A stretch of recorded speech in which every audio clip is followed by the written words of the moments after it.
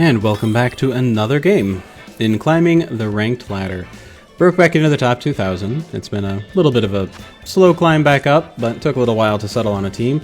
Ooh, that's a fun tech that they've got over there. So that's an Eviolite Braxian? The Fox, the mid-stage. Yes, very, very interesting option. She can actually roll a couple of different things, a couple of different ways of getting into like Trick Room and whatnot, which is fun. That's a very interesting team over there. Okay, so what do I want to take into this? I want to take... I just want to take the usual stuff. Kind of thinking I might just want to take the usual stuff. And we're going to take those two. And the turtle and the bear. Yeah, that looks fun. Okay, I'm very curious to see how this game's going to go. Because I would not be terribly surprised to see them lead with the Calyrex Miraidon, maybe? Or they might have... I don't know. Like, there's a bunch of things they could conceivably do. They do have 3 Pokemon, though, that are weak to Glacial Lance, which is not ideal. That is something that I am trying to be better about in my team building, making sure that I don't have multiple Pokemon that overlap the same weakness, particularly if that weakness is a very common thing in the meta. So having, for instance, 3 Pokemon that would be weak to a Fairy-type move. Well, this means that your opponent is generally very safe going with a Fairy-type move, bringing their Fairy-type move, and then consistently clicking it. Okay. I mean, I like that well enough.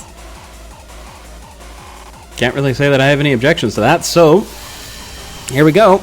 I think that we do the Lunala thing, where the Lunala is the one that goes for the... Yeah, so I want Lunala to go for the Trick Room, and Calyrex to go for the Glacial Lance. Okay.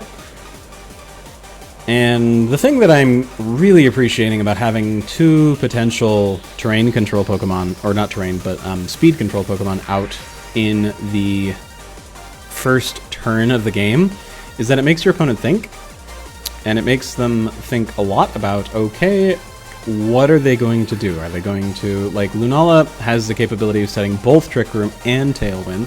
Are they going to be some weird team that's running a Tailwind Lunala, but looks like a Trick Room team? Are they just going to go for the Trick Room with the Calyrex? Like, there's a lot of potential options.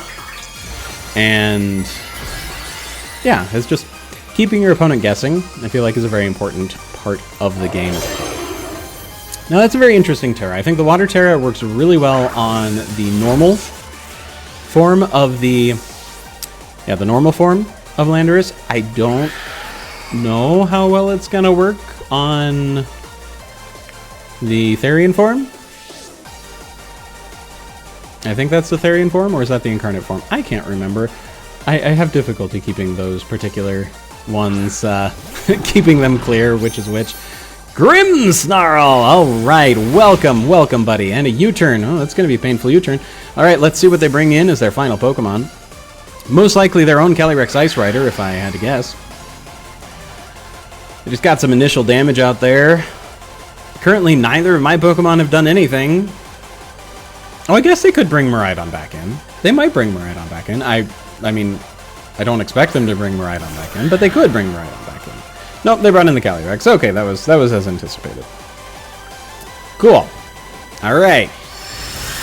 So we're going to get off some initial damage. Love to see the initial damage from the Glacial Lance. It's chunking the... Yeah, chunks the Grimmsnarl really hard, which is fantastic.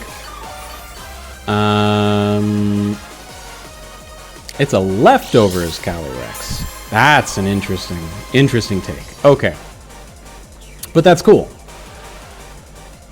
So, Lunala is going to swap into Torkoal. And Calyrex is just going to chuck another Glacial Lance downrange. And the thought process here, is that this will put a tremendous amount of pressure on their Calyrex because the Torkoal underspeeds everything. They might put up a Reflect, but our Calyrex might... Nope, they put up a Light Screen. Okay. So they don't get a Reflect because Glacial Lance is going to pick up the KO, and it looks like our... Oh, or they might go for reversing the Trick Room. That is a very real possibility in this turn.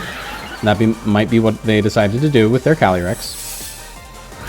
Oh no, Iron Defense. Nice, okay, okay. I see it. It's not going to help you, but I see it. The Light Screen might help you. So is this... What is this? Is this Iron Defense, Body Press, Glacial Lance? And Trick Room, maybe? Maybe? Not sure. Anyway, though.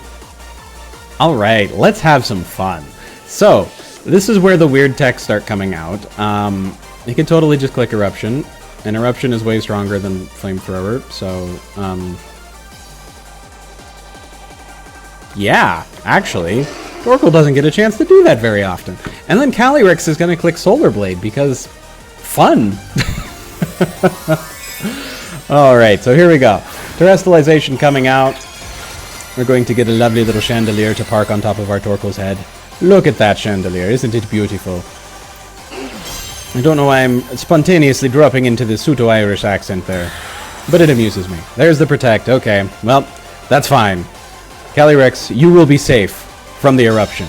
Other guy, you will not be safe from the Eruption, so... We're going to make you... Your water's... You're going to be slightly more melty over there. Boop. Yep, slightly more melty. But here comes the real damage. The spontaneous Solar Blade. Ike, why would you have it? Well, in this case, I have it because I still haven't sat down and got the materials to put either high horsepower or close combat back on this Calyrex. So we're running Solar Blade in the meantime, and having Mr. Torkoal here to set up the sun for Calyrex works wonders in that regard.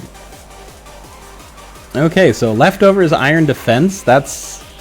I mean, I see it. I really do. I see there being a lot of potential for that set. You don't really care about Intimidate anymore. You've got Body Press. Like, there's good things. We're going to click Eruption again. And this time we're going to click Glacial Lance.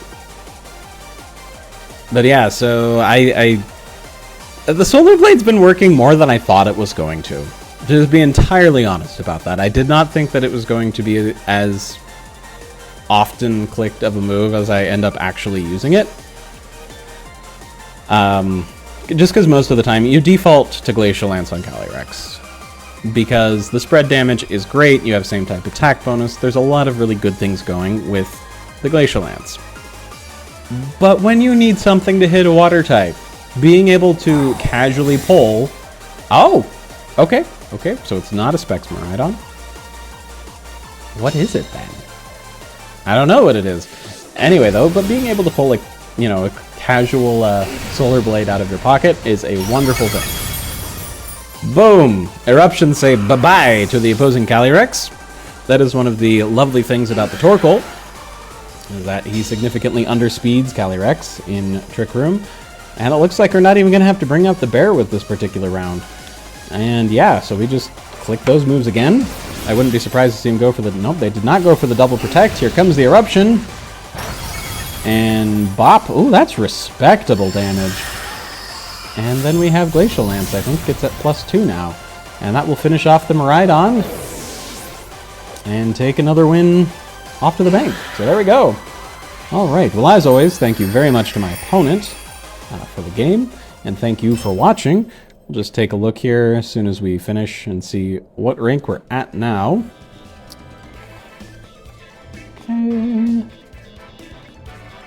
Let's see.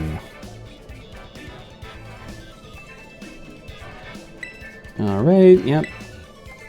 Takes a moment. So the easiest way, without necessarily leaving everything to check it out, is you hit switch battle teams and then shows you what your current rank is.